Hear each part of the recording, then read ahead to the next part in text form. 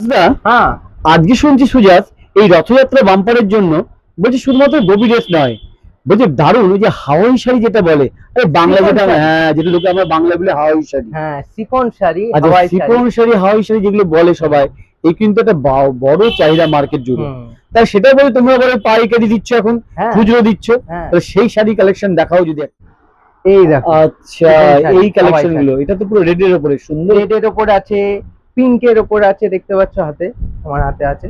পিঙ্কের ঠিক আছে, ওপর তোমার আছে। শাড়িগুলো খুলতে হবে না, তুমি আমার জাস্ট এটা হ্যাঁ দেখিয়েছো। পিঙ্কের ওপর আছে, মানে তোমাদের এই যে কাছে এখন এই শাড়ি পাওয়া যাবে অ্যাভেলেবেল, তাই তো? একদম অ্যাভেলেবেল পাওয়া যাবে। রেড এর ওপর আছে, স্কাই এর ওপর আছে, ঠিক আছে।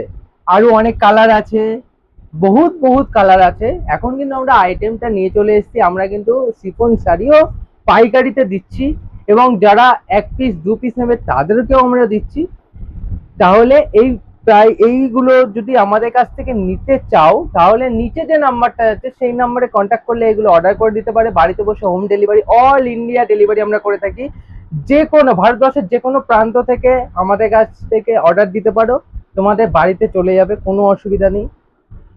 তো আজকে এইটুখানি, নেক্সট দিন আবার একটা ভালো ভিডিও নিয়ে দেখা হবে তোমাদের সঙ্গে।